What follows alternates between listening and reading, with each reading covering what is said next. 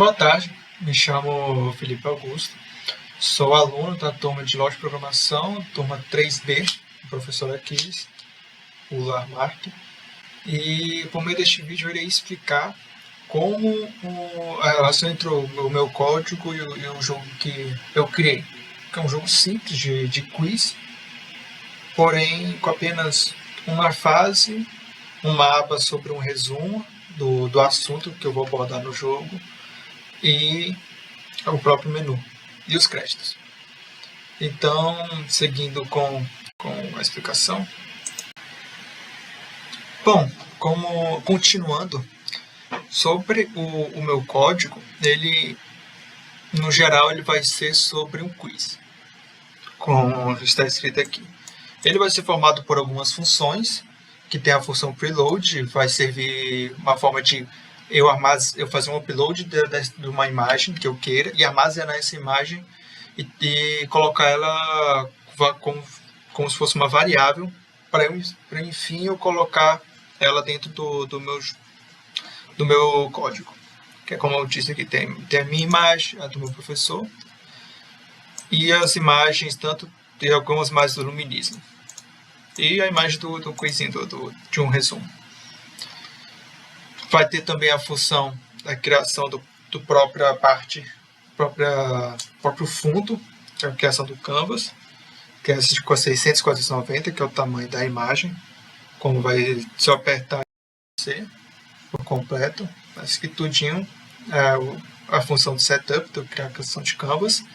Temos a tela 0, a 1, a 2 e a 3, que ela vai ser uma tela separada para cada parte do código, onde a tela 0 vai ser um menu, onde vai ter o jogar, os créditos, eu vai ter algumas abas para você apertar alguns atalhos para você apertar em direção a algumas abas dentro do jogo, algumas telas. Se você apertar no luminismo, vai direto para a tela 1, que é onde vai residir uma imagem, que é essa imagem L. Tem aqui que é sobre iluminismo, que é o resumo sobre iluminismo. E também vai ter o espaço back. Vai ter uma outra essas são funções do draw, onde vai ser as funções onde vai desenhar o que você queira com o código. Tem algumas outras subfunções, com retângulo, onde você desenha um retângulo. Ou no caso, você pode também criar bordas para o retângulo, pode deixar com pontas ou sem pontas, que são bordinhas arredondadas.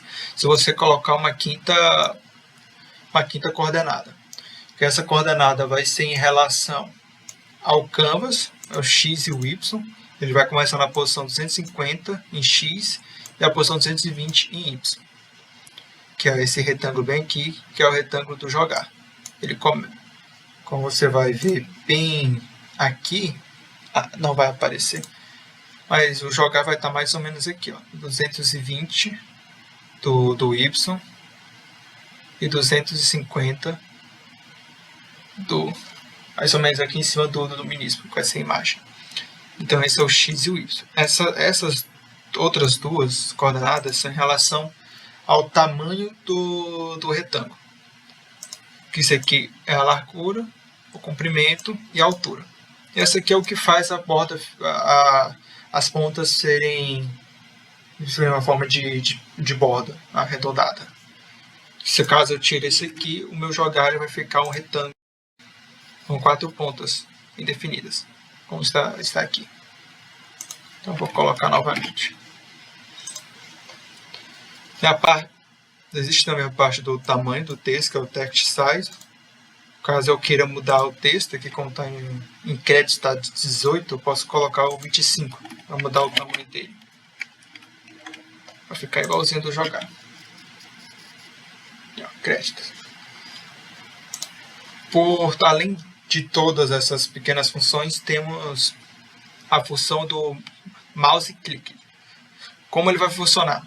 Basicamente, vai utilizar o operador, uma estrutura, né? Vai usar uma estrutura de decisão if e else, em que, dependendo da onde o mouse ele clicar, ele vai cumprir depende da condição de que é onde o mouse vai clicar, ele vai cumprir o que ele quer.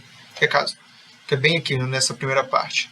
Que é se a tela for a 0, que é essa aqui o menu, e o mouse tiver assim, a posição X, ela for entre 250 e 370 e Y for 220, 254, e se eu clicar nesse intervalo entre as coordenadas X e Y, eu vou diretamente para a tela 2, que é a tela do jogo. Que no caso, se eu pegar o mouse X, ele ficar em 250, que é o caso do jogar, menor do que 370, que vai até aqui, e clicar nele, ele vai direto para a tela 2. No caso da tela 1, que é o Luminism, se o mouse X estiver acima de 525 e abaixo de 596, que é a coordenada X, e Y estiver acima da coordenada 7 e abaixo da 26, se eu clicar, eu vou direto para a tela 0, que é a função vai ser do back. E no geral, e por último, temos a parte das imagens, como eu mostrei aqui. Se eu for pegar uma imagem, supor uma imagem aleatória aqui. Tipo assim, se por exemplo a gente pegasse uma imagem do ornitorrinco. Deixa eu ver aqui, ornitorrinco, escrevi errado. A gente baixa essa imagem.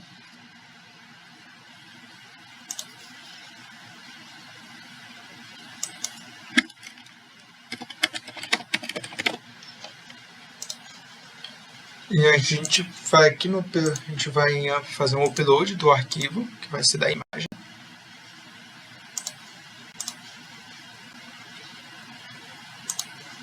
Com o upload do ornitorrinco,